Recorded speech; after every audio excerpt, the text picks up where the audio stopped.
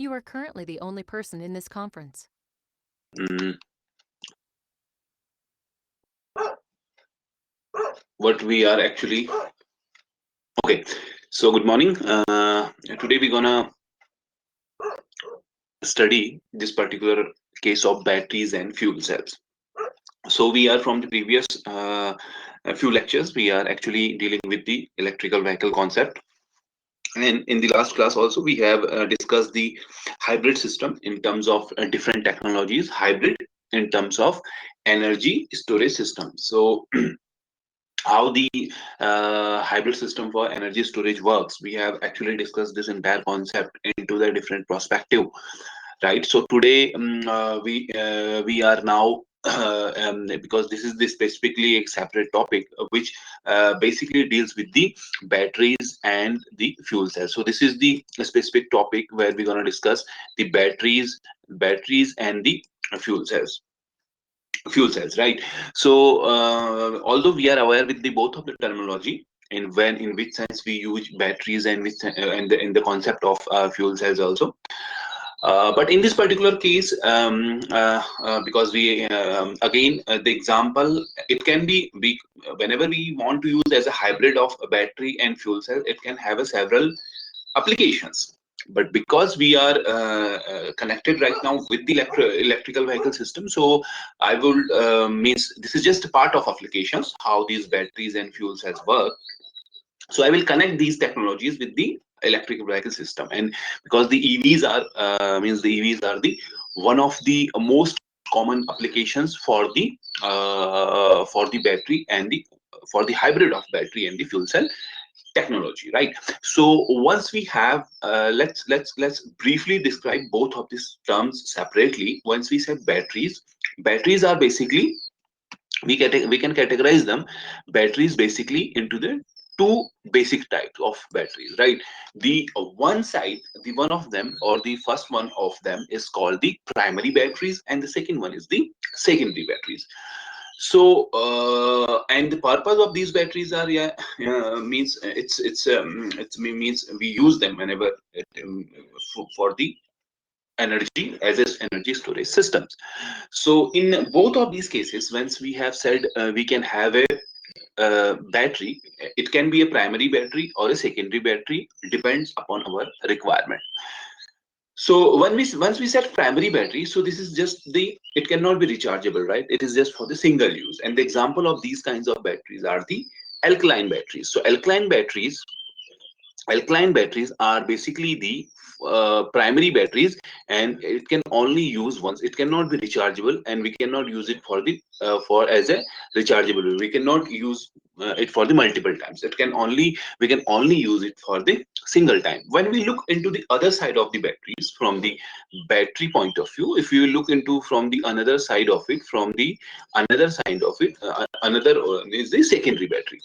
And these secondary batteries are when means primary batteries are the single use and cannot be recharged, but and dry cells comes under it. It's like the alkali batteries is the best example for the primary batteries. But when we talk about the secondary batteries, the second type is the rechargeable, and it is called as a secondary battery. We can means whenever the battery is rechargeable, it is basically the type of secondary batteries. And whenever a battery is means in a single use, we cannot use it for the multiple time, it is had only one use, then it is basically we are talking about the primary type of batteries. And we are talking about the dry cells batteries, or the example if somebody asks, it is like the alkaline batteries, right? Or it is the dry cell batteries for the single use primary. This is the comes under one category. So once we look into the second side of it, the second side of it is called the secondary. Secondary means it can be used for the multiple time. If we using any battery for the multiple time, basically this is what we are means this is the example of what we are using into the electrical vehicle system, because we are recharging them. We are not using we are not using the batteries for the single time. We are using them for the multiple times. So whenever the multiple multiple applications of batteries is required, the preferred type is secondary type batteries. And the other words we can say that these batteries can be rechargeable multiple times. If you look into the example of these categories of batteries, it is called nickel cadmium is one of them. Nickel cadmium, here we have shown the example of the secondary category battery. So this is the secondary batteries, and once secondary batteries, and once we said how these work, means how these categories once means how we can use into these categories.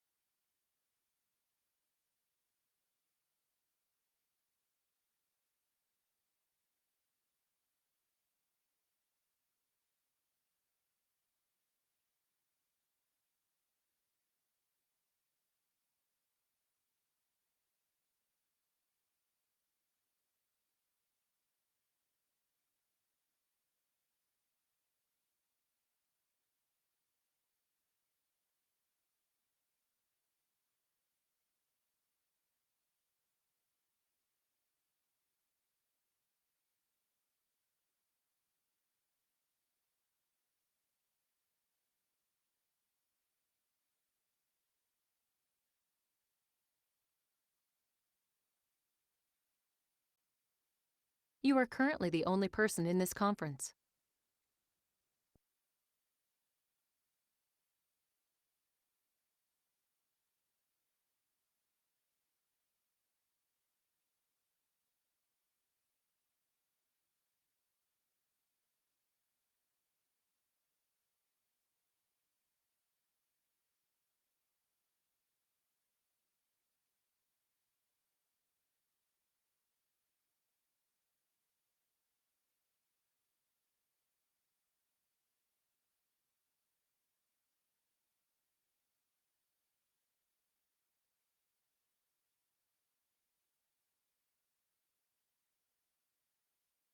Yeah, I think now I am audible because there is some issue with this particular system. So once we have this, like we have discussed, like the two different system, which is like the batteries and the fuel cell. So once we deal with the specific case of this particular fuel cell, which is like the which is basically not, we cannot call it directly energy, means it is not an energy saving device, but rather from a different perspective, fuels means it is similar to batteries but requires a continuous source of fuel, right? Means continuous source of fuel, which is most of the time we use it as a hydrogen cells, right? So they will continue to produce electricity as long as fuel is available, because the productions of the electricity, and it has the capacity to directly am I audible now, Hitesh? Yeah, it has a means it has a possibilities, it has a probability, it has a it can, it has this particular possibilities, that through this particular case we are able to generate, we are able to produce. In the case of fuel cells, in the case of fuel cells, we said it is not directly the case of and means it is not for the energy savings, we are not using it for the energy savings, but rather with the help of continuous flow of fuel. And which kind of fuel which we are talking about? The fuel is the hydrogen cells. If you have the hydrogen cell, if you have the continuous flow of the hydrogen cell, then we are able to generate, we are able to generate continuous source of fuel of an hydrogen, then we are able to generate the electricity. They will continue to produce electricity as long as the fuel is available. If we have the fuel is available, if the fuel is available there, then we are able to generate, we are able to generate the electricity. Hydrogen fuel cells have been used to supply power for many space of applications. We can use it for the different technologies, right? Right, it is one of this, because it is the very purest form of it, because it has no exhaust is there, and a combination of there, even if, from the latest technologies also, where we have the hydrogen driven cars. So basically these cars are also hybrid, because we have the concept of both of these basically the primary source of energy is again the hydrogen fuels. But if but the hydrogen is not only the fuel, we have the secondary side of it, where we are able to generate, where we are able to create, where we are able to produce the energy in this particular case of, through the case of the batteries. So let's discuss some of the very crucial point, which is like the battery. Even if we have the fuel cell, even with the battery is categorized into categories, and even the fuel cell which required hydrogen, generally which required hydrogen to produce the electricity, right? So this is the sum of the case. And even if we look into the other side of it, means, and we have discussed a lot about how these hybrid systems work, and what we actually do, and what is the objective of this particular fuel cell. It might be a combination of the some of the existing technology, or as well as the as well as we can have the new technology, right? So some of the basic concepts, some of the concept with irrespective of the hybridizations, means irrespective of the hybrid, which combination is this, there is one of the very means some of the points are very crucial, which is one of them is like the regenerative braking. Means how we are able to discuss with these regenerations of the energy. If we said there is a two set of let's take example of like a car which is having a possibilities of two source of energies. Means what we do, as a primary source we have this particular fuel cell. In the one case we have this particular fuel cell, we call it FC. So we have this fuel cell as a primary source. As a secondary we have the batteries, right? If we have the batteries, so what will happen until there is a possibilities of the fuel, continuous flow of the fuel. If we are talking about the fuel in the case of fuel cell based cars, so basically the fuel supply which is required there is the hydrogen, right? So till the hydrogen is supplied to this particular fuel cell thing, it will produce electricity, which it's from the normal, with the availability of the oxygen and the hydrogen. How we produce this electricity is produced there with the movement of the electrons. We are able to generate the electricity. At the same time, if what will happen, how this regenerative work, if some of the cases, if the energy is not transmitted, or if there is a case of braking or reduction is engine vehicle weight, if there is some extra amount of energy is produced, so in that particular case this motor which is basically motor is required in the case of these electrical vehicles, right? We have an electrical motor. So these motor, which is basically motor which is driven through the continuous supply of the electricity, this motor will work as a generator rather than, because at the same time, if the energy is not required, the extra energy is, we are not losing the extra energy, rather we are using it to recharge our battery. So the extra whatever the how the regeneration is work, basically if the amount of energy is extra, or the extra, if we have the, in the case of braking and the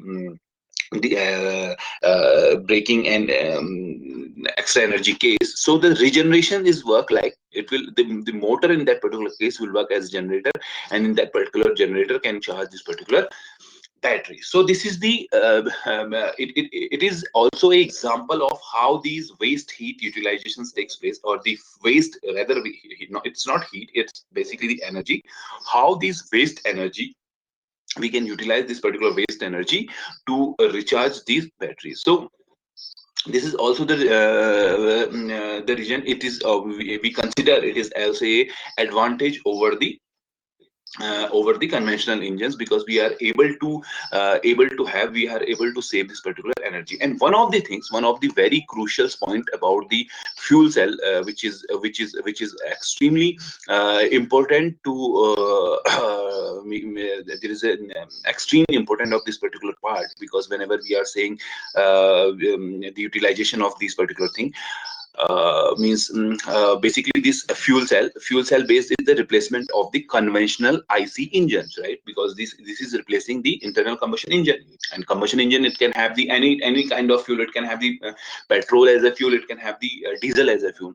In both of these cases, if you are talking about the conventional engines, if we have the conventional engine, the engine power, or the power means the engine efficiency, rather we will say, it is typically which occurs somewhere around 25 to 35%. This is also, it means give a range of the, so the IC engine which is working, the IC engine which is working into this particular, so in that particular case, it this efficiency we call somewhere around 35%. So this is the efficiency what we are able to expecting from the conventional engines, right? It is from the somewhere around from the 25% to 30%. So this is the energy what we are in the case of ICEs. So in the case of IC engines, we are able to get the efficiency of the system is somewhere around 25 to 35%. But in the same side, if we are talking about the fuel cells, right?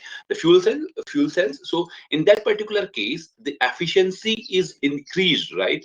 In the case of fuel cells, because this is the we are comparing two of this system, which is like the conventional and this particular fuel cell. So the efficiency of this particular, in this particular case, is it goes beyond it. It is like, even if 1% an efficiency, if they increase 1%, it is like a lot.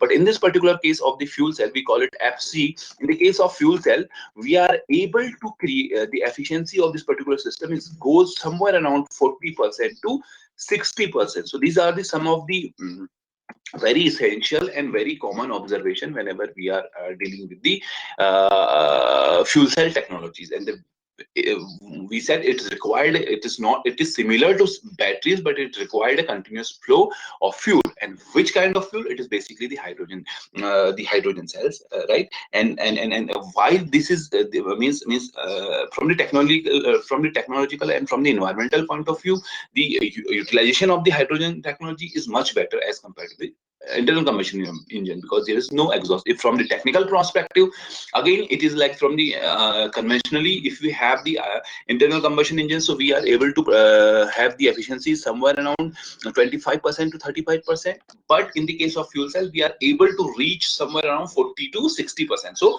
this is the huge margin. It is not like a very it is not very small, it's a huge margin. And even if 1%, even a 0.01% increasement in the efficiency plays a very means it is means, even if some of the research, if we have do, we are only able to receive 0.01% of increment of the efficiency, but still it's considered a lot, right? So if you look into the fuel cell technology, it is like somewhere around into the other level, and we are able to have the efficiency from this particular side is 40 to 40 to 60%. So it's basically a lot. And the concept of regenerative braking and the concept of regeneration is basically very essential or very useful, or it is like a advantage over the technologies, right? The way we are able to save the waste energy again, and we can reuse basically the waste energy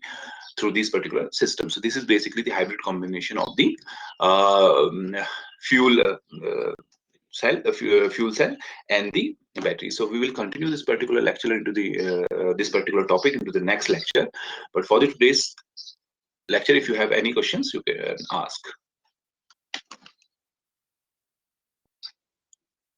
Okay, thank you for